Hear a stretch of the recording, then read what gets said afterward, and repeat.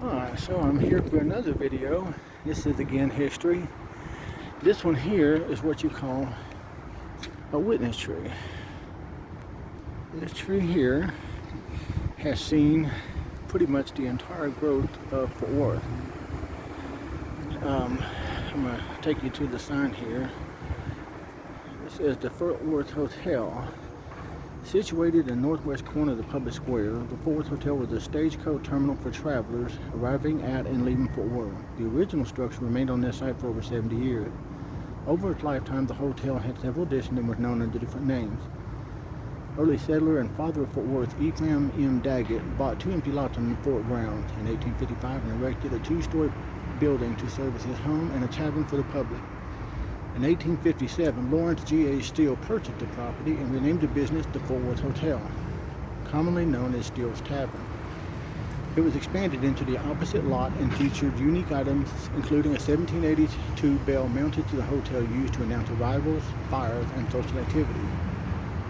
In 1859, Albert T. Andrews purchased the property and operated the business until his death in 1867. In the 1870s, the hotel was renamed the Transcontinental Hotel. It advertised as the best hotel in northern Texas. In 1879, the Stagecoach Terminal moved to the El Paso Hotel, and the hotel operated as the Lindell Hotel. It was around this time that well-known gunfighter Luke Short boarded in one of the rooms. In the early 1890s, newer and larger hotels opened in Fort Worth and business began to decrease. The original buildings were demolished in 1892 and 1925. The grand live oak trees are the only remaining remnant of the original site, a reminder of old Fort Worth history. So this tree was here way back when Steele's Tavern was here. They got it sectioned off, which I like, to keep people from desecrating and ruining. So it says, this little marker here says, when the Dragoons constructed a post atop the bluff in 1849, they did not cut down all the trees they found there. They left some for shade, only clearing an area for the parade ground. On the eastern edge of the parade ground, they spared a small stand of live oaks near the horse stable. 3 of those trees somehow survived the next 170 years of wood cutting and urban growth, weather, and disease to stand here proudly today. They are called Steele's trees, named for pioneer Lawrence Steele, who operated a hotel and stagecoach stop known as Steele's Tavern for years on the site where the old cavalry stables had stood. As part of the 1924 Diamond Jubilee, a marker was placed on one of the trees, one in a series placed at that time. Since then, the bark has grown over the place, leaving it barely visible today. These trees are the last remnant of the original fort ground. In 1978, Tarrant County sought a resolution to save the trees and preserve the site as a historic landmark.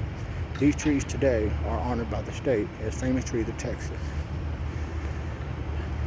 So there you go.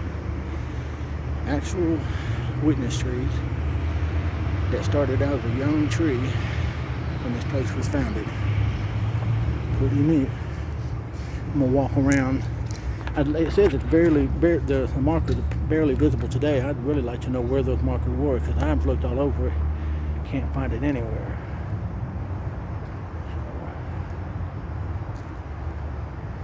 It'd be nice if they, I don't know, somehow found it and, I don't know, either move the plaque out of the trees or somehow bring attention to it. Over 170 years old. Pretty neat. Pretty neat. Living history right there. The things in trees are seen. Alrighty. Thanks for watching. Y'all be blessed.